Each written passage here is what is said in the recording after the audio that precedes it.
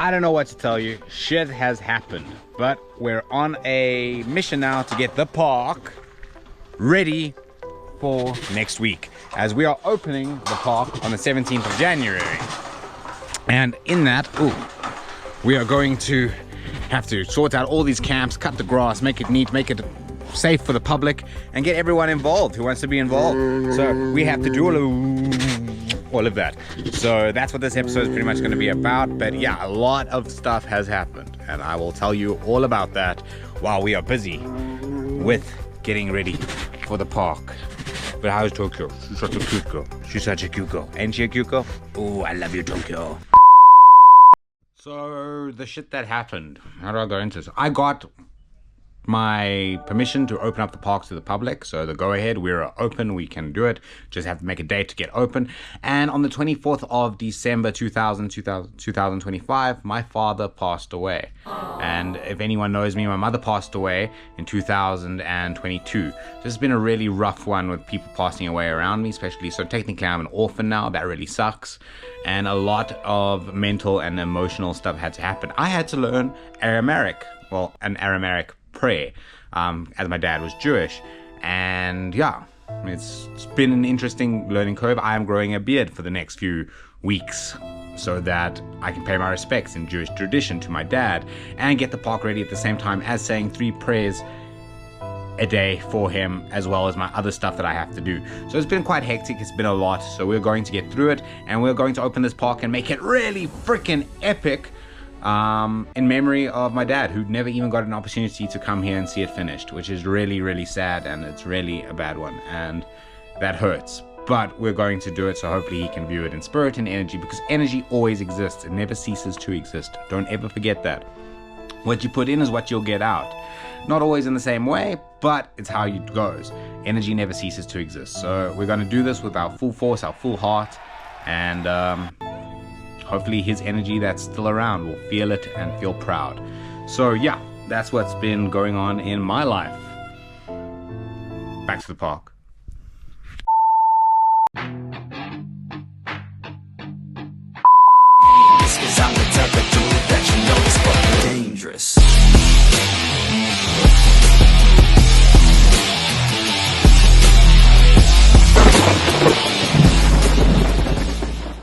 So I wasn't joking when I said all this grass needs to be trimmed, and we can't trim it with a lawnmower or an edge trimmer because we want it to look natural. So we're gonna have to cut grass, individual strikes of it like this, or with a little scythe. So I'd like to take this moment to appreciate how evil of a perfectionist I am, that I will literally have to hand cut grass so that it looks perfect. What type of sane person does that?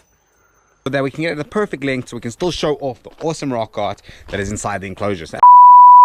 So speaking of awesome rock arts, I'm just going to show off some of the enclosures we built here right now in this next little small clip.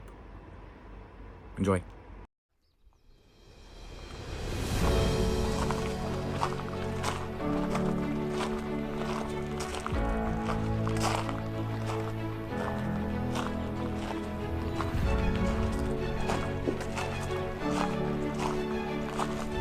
This is Lilith's enclosure. Now Lilith is a Nile crocodile who is waiting here so patiently to bite my hand.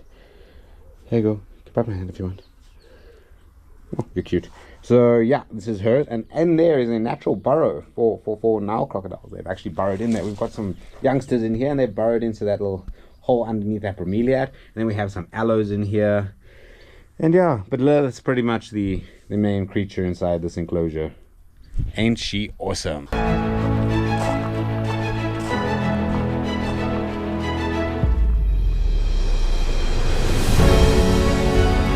Sure about you guys, but I think I make pretty cool freaking enclosures. Like, check this dwarf crocodile enclosure here we have for Gummy. He's just over there. But yeah, this rock art is all stunning, brilliant. We've got sprinklers going on right. Damn, I only realized now how narcissistic I sound there. Holy shit, that is bad. That is embarrassing. All the shoe fits now, so that it can maintain temperature and humidity. But how awesome is this enclosure, guys? And he's got a cave there and a cave there. Waterfall with bromeliads, which aren't indigenous to Africa, but the enclosure is nice. And there's Gummy getting into his pond.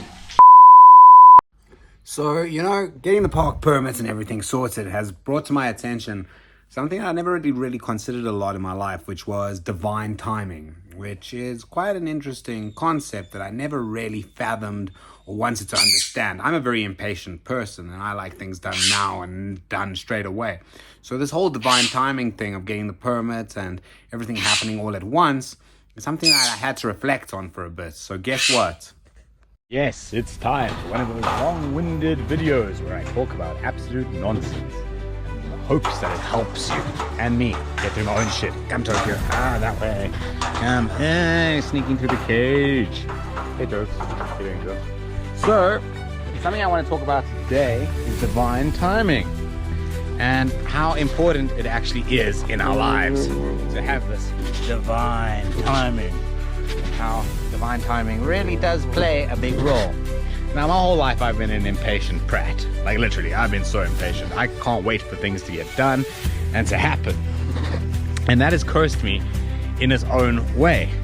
Because the more I wait for something to happen, the more impatient I get, the more frustrated I get, the less chance it actually has of happening.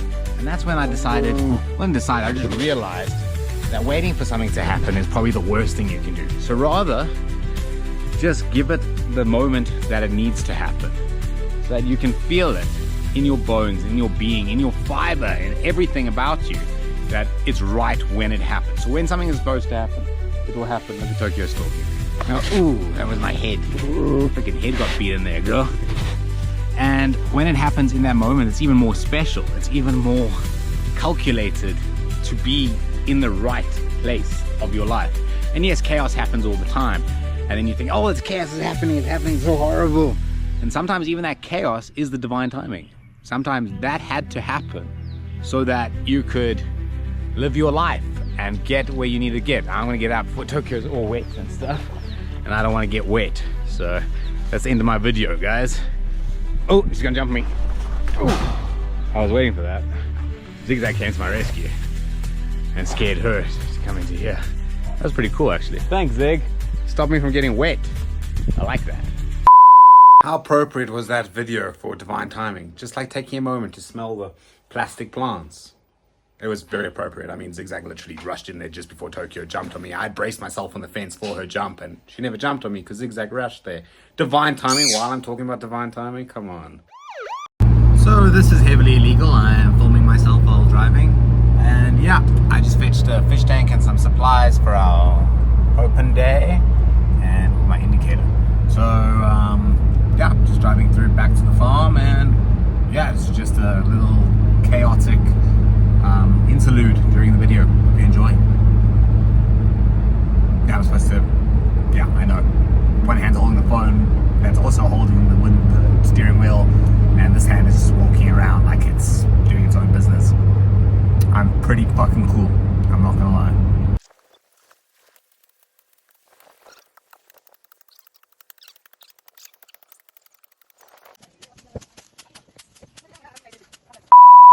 I am literally a self-sabotaging, punishment to myself, masochistic cunt, because what I just put myself through for the sake of, oh, the grass has to be the same length everywhere. I'm retarded. So we just finished cutting all the grass, and as you can see, it is now raining and overcast and a bit of water dripping all down me. I'm singing in the rain type vibes here. But I'll just show you the enclosures now that we've cut them with scythes. But eventually I caved in and I did use an edge trimmer on some parts. And the staff really got involved and we cheated. We had a whole bunch of complaints about how Izzy should never let the grass grow this long ever again. But yeah, here's some of the, it's raining. So we've cut some of the grass here. And as you can see, as I'll take you in, it's all nicely trimmed. We still got to pick up all these piles. As you can see, here's all our equipment. But yes, the grass is nice and trimmed. Rock art is being shown off. So how awesome is that? Come up. There you can see her running. So yeah, she's also grown quite big.